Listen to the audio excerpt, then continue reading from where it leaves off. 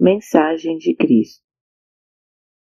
Eu venho através da mente de meu canal porque tenho algo urgente para lhe dizer. Ame os seus inimigos. Perdoe aqueles que os maltratam. Reze por aqueles que falam mal de você. Se não puder fazer isso com sua própria força de vontade, procure todos os meios possíveis para fazer isto no poder do Espírito, a consciência divina. Reze e medite. Peça ajuda e, se você persistir, ela virá.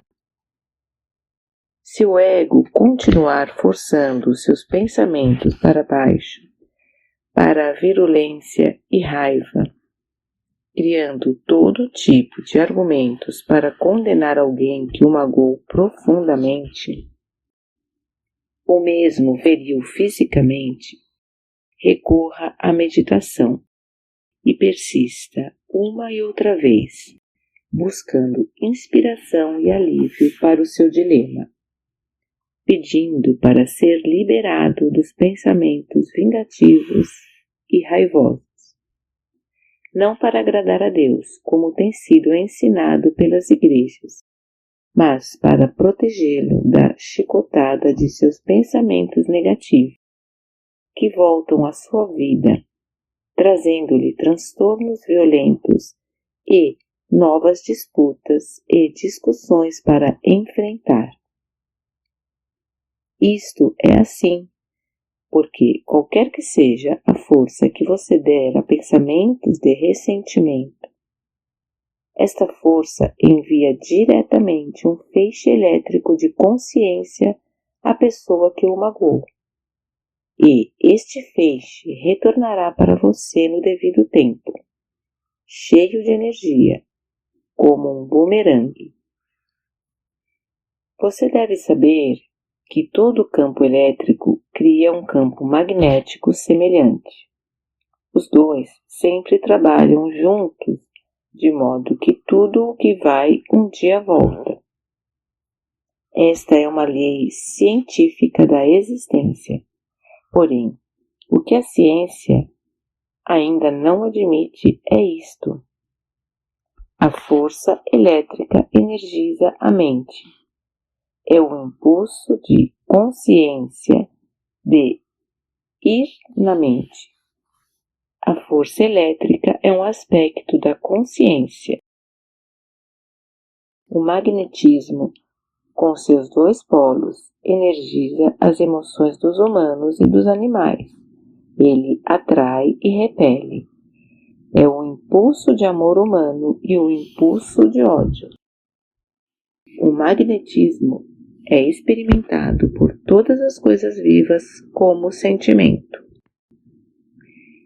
Descrevi esta verdade plenamente em minhas cartas 5 e 6. E isso não é tudo. O conhecimento médico científico vem descobrindo o que tão bem compreendi na Palestina há 2000 anos, que todos os pensamentos que se formam no cérebro descem para a glândula pituitária através do hipotálamo, e que o negativismo e o trauma emocional, vibrações baixas, que eles contêm, passam para os órgãos, sangue e o corpo inteiro, causando uma diminuição de energia e, consequentemente, enfermidade. É este o fenômeno que produz as enfermidades psicossomáticas reconhecidas pela medicina. Quando estive na Palestina, disse aos judeus para que não se preocupassem por beber em taças não lavadas, mas que prestassem atenção e se preocupassem com o que saía de suas bocas. Traduzi o que está escrito nos Evangelhos do Novo Testamento para a linguagem que usava com os judeus. Mas estes não faziam a mínima ideia do que eu tentava lhes dizer. E, infelizmente, as diversas igrejas cristãs de hoje são igualmente ignorantes. Como poderiam entender? Eles não tinham a iluminação que recebi no deserto, que introduziu e gravou em minha mente o conhecimento espiritual das origens da criação e das leis da existência. Porém vocês, que vivem no mundo de hoje, têm tido inúmeros professores que vêm à Terra para explicar os fatos científicos e também os místicos, que os dirigem para verdades espirituais metafísicas, preparando-os para receber minhas cartas, que contêm a verdade mais elevada de todas, a verdadeira natureza de sua fonte de origem, que vocês denominam Deus, e as leis universais da existência. Agora, quero que você pense sobre as escandalosas e terríveis ações que certas pessoas desencadeiam em seu mundo, apesar de todos estes professores de aspectos da verdade.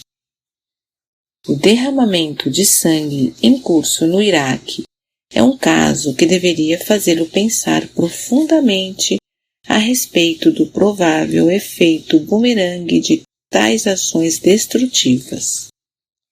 Quero que pense nesta situação a partir de um ponto de vista espiritual que não condena, mas que vê a verdade inerente aos pensamentos e ações envolvidos na situação. Ali havia um homem, Saddam Hussein, que estava determinado a tomar o poder no Iraque e trazer paz e abundância para o seu povo. Como era pouco evoluído na verdadeira espiritualidade, utilizou as formas mais duras e violentas para controlar a nação e para silenciar aqueles que lhe criavam problemas. Estas tinham usado a violência em um levante contra ele, que revidou com violência. Então havia um ditador tirânico e um grupo de pessoas, todos com níveis morais e mentais semelhantes. Suas vibrações espirituais, apesar de todas as orações e manifestações religiosas exteriores, eram tão escuras, densas e baixas quanto podem ser em seu mundo de hoje. Hussein e o povo desregrado mereciam-se mutuamente. O povo iraquiano o tolerava. Alguns até o admiravam e aplaudiam, porque ele mantinha a paz em uma nação instável, o que lhes dava a possibilidade de viver suas vidas tão pacificamente quanto a sua natureza agressiva o permitia. Então Hussein entrou em choque com os Estados Unidos. Enfureceu seus líderes, que igualmente, governados pelo ego, decidiram castigá-lo impondo sanções ao seu país. Mais tarde, um impulso humanitário propiciou a inauguração de um sistema, petróleo por comida, que ajudou as pessoas famintas do Iraque e deu à América acesso ao petróleo de que necessitava. Porém, esta medida foi um duro golpe ao orgulho de Hussein e não aliviou em nível nacional a privação de bens de consumo e bem-estar de que desfrutavam os países vizinhos. Desejo que você e os povos do mundo pensem com empatia sobre o enorme volume de ressentimento, ódio e angústia provocados pelos atos de uma nação forte, com toda a sua abundante riqueza, armamentos, soldados, marinheiros e aviadores treinados. Compreenda que tal emoção nacional se transforma em uma força viva de destruição de grandes proporções. É certo que ninguém que estivesse verdadeiramente no caminho de Cristo, o meu caminho, teria tido um comportamento tão violento ou sádico.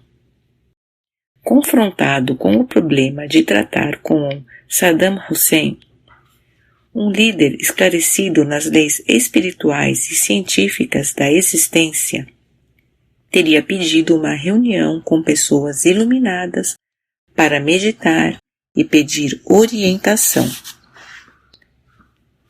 Minha orientação certamente teria sido a de pedir um encontro com Saddam Hussein e lhe apontar a tragédia, que provavelmente resultaria de um impasse entre os dois países. Um líder esclarecido, ao invés de tratar Hussein de cima para baixo e ameaçá-lo com uma guerra, pediria a ele e seus conselheiros para elaborarem um documento, um acordo em que ambos os países poderiam viver em amizade e que promoveria um programa de crescimento e enriquecimento nacional para ambos os países. Tal líder então leria as propostas iraquianas para estabelecer a paz e a harmonia e as discutiria pacificamente com um desejo sincero de estabelecer o bem-estar para todos. Ele pediria às pessoas iluminadas que meditassem e lhe propusessem qualquer ajuste que fosse recebido durante a meditação. Deste modo, as pessoas subjugadas sob Saddam Hussein teriam sido gradativamente libertadas da repressão de um tirano. O próprio Hussein teria visto os benefícios derivados de uma abordagem pacífica, ao invés da agressiva. Os Estados Árabes teriam ficado impressionados com o êxito do empreendimento, e isto teria feito com que os muçulmanos repensassem sua atual interpretação do Corão. Qual é, porém, a forma terrena de agir, geralmente reconhecida e aceita? O que é o espírito humano, o ego humano praticado hoje? Considere se pode haver algum benefício duradouro por trás do comportamento descrito a seguir. Uma nação em paz, um povo em paz, já privado das facilidades do comércio normal com outras nações, é bombardeado a cada noite. Seus edifícios, construídos com grande esforço e gasto de dinheiro e que ofereciam diversos serviços ao povo, são destruídos. Noite após noite, gente inocente é submetida ao terror das bombas, perguntando-se: onde cairão? Quem será atingido?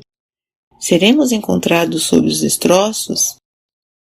Perderemos algum membro da família? Morreremos todos? O que fez essa gente para merecer tal suplício, a não ser sujeitar-se à tarefa de tentar viver tão bem quanto possível sob o governo de um tirano a quem os Estados Unidos odiavam? Antes disso, outro tirano fanático enviou aviões para destruir as torres gêmeas do World Trade Center em Nova York.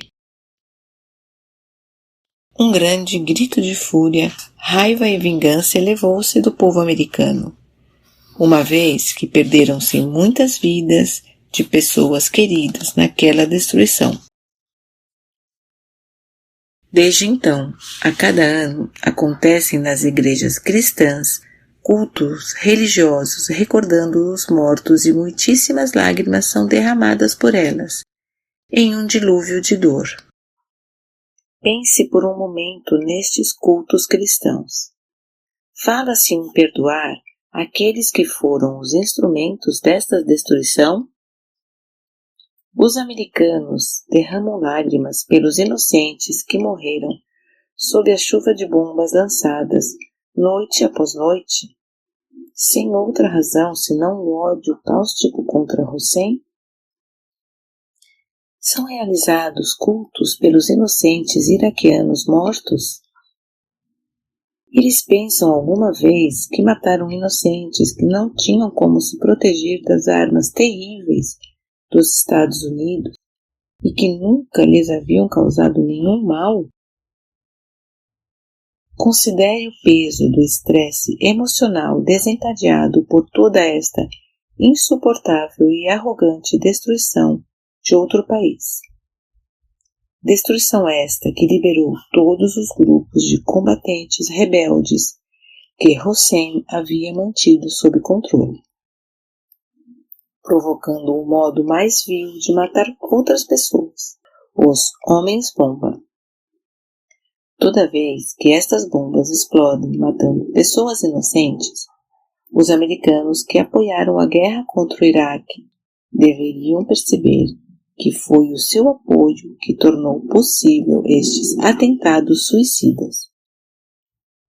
Pense no desencadeamento das gigantescas vibrações emocionais de terror, ódio e vingança que agora se dirigem para os Estados Unidos. De que forma pensam os americanos que toda esta energia de ódio se manifestará contra eles? Será manifestada como morte e destruição. É uma lei da existência. Até as igrejas cristãs dizem crer nesta lei. Onde não há perdão, há retribuição sob a forma de causa e efeito. O perdão completo, total e amoroso dissipa as energias violentas do ódio. Sem o perdão, elas ganham forças a partir do ressentimento contínuo para com o oponente. Leia o texto sobre as falhas em seu planeta e pergunte a si mesmo como toda esta carga terrível de ódio se manifestará. Quem na América será, cedo ou tarde, o alvo? Portanto, lhe digo claramente, em sua casa, comunidade, cidade, estado ou país, perdoe a quem quer que eu tenha magoado ou prejudicado de qualquer maneira, grande ou pequena. Faça esta palavra ressoar em toda a terra, por todos os meios que puder. E se não puder perdoar facilmente, porque o seu ego não o permite, então traga a sua dor e raiva à consciência divina, que chamei o Pai quando estava na Palestina. E peça que o seu influxo de força orientadora espiritual alivie suavemente e facilite a eliminação do peso em sua mente. A sua religião lhe dirá isto? Não, elas não o disseram quando estive na Palestina e não o dirão agora. De fato, aqueles que ocupam os postos mais elevados das nações mais poderosas e que provocam os mais terríveis danos no mundo são recebidos com pompa e cerimônia, sorrisos e apertos de mão pelos líderes religiosos das diversas religiões cristãs. São cegos que estendem a mão e abençoam outros cegos. Para ouvir a verdade, você deve vir diretamente a mim. Eu estou realmente vivo e em vida universal. Venha e receberei o seu chamado, respondendo amorosamente. Tenha a coragem de unir-se ao caminho de Cristo e seguir os ensinamentos que trago ao mundo através de minhas cartas. Elas lhe mostrarão como permanecer em sintonia e harmonia com as leis da existência. Elas ajudarão você a estar em harmonia com o próprio universo. E então, todas as coisas trabalharão para o seu bem, felicidade e proteção supremas.